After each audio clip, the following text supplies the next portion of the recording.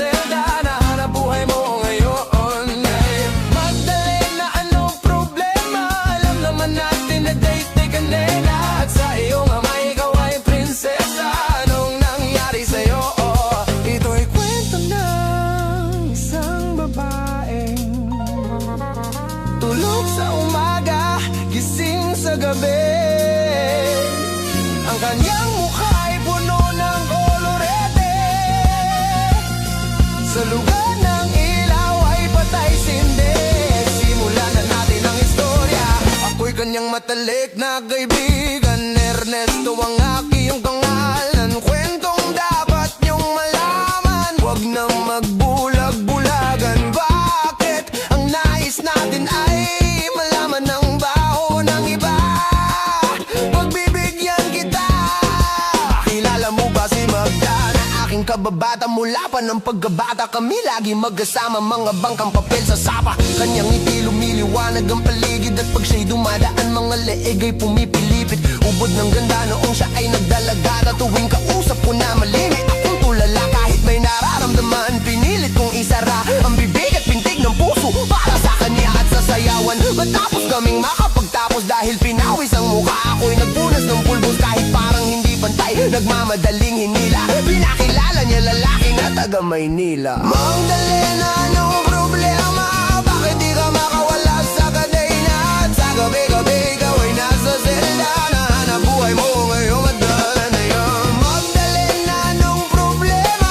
Alam naman natin na dahitig ka nena, at sa iyong ama ikaw ay prinsesa. Anong nangyari sa'yo? Maraming taon ako'y nalipasan, pinilit ko mang takasan. Bagkus ay aking nalaman ang tunay kong kailangan. Di ko maibaling ang pagtingin ko sa iba. Minamahal ko siya. Hahanapin ko si Magda. Lumuwas habang nagdarasal na maabutan sa lugar na ang sabi kanyang pinagtatrabahuhan. Nakita kong larawan niya na nakadikit sa pintuan. Iba man ang kulay ng buhok, di ko malilimutan ang kanyang mata at tamis ang kanyang ngiti. At dahil hubod ang saya, hindi na nanggatubili, agad pumasok sa silid. Pero bakit ang dilim? Madaming lamis at mga nag-iinom ang lasing. Nang biglang nagpalakpakan may mabagal na kanta. Sa maliit na entablado ay nakita ko na ako ay nagtaka. Nagtanong nagkamot, bakit siya sumasayaw na sapatos lang ang suot? Ito'y kwento ng isang babae tulog sa umaga, gising sa gabi. Ang kanyang mukha ay puno ng kolorete. Sa lugar ng ilaw ay patay sindi.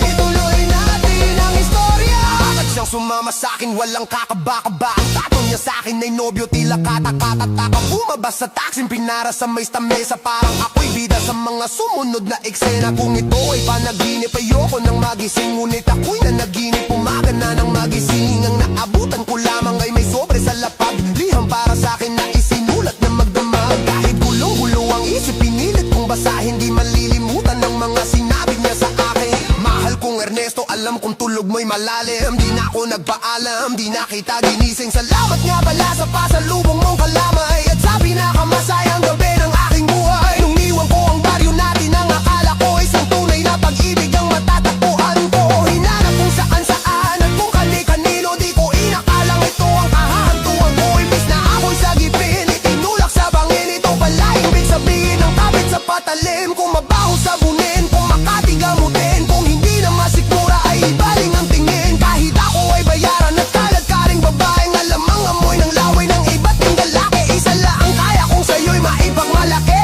Ikaw lang ang bukod tanging hinalikan ko sa labi. Gusto ko mang manatili sa iyong mga yakap. Ako may natutuwa dahil ako'y iyong nahanap. Wala na yatang walis ang makakalinis ng kalat. Ang katulad ko sa'yo ay di karapat-dapat. Pinangarap kong sa altar ako'y iyong ihatid. Ngunit sa dami ng bait ang puso ko'y namanhid. Di ko makakalimutan ang pabaon mong halik. Pero pakiusap, wag ka na sana tumbabalit. Ibawan na may tigdahalangan ko ay nabilado sa lakat sa halaaraw nagbabang umagda. Magdalena, anong problema? Bakit di ka makawala sa kadena? At sa gabi-gabi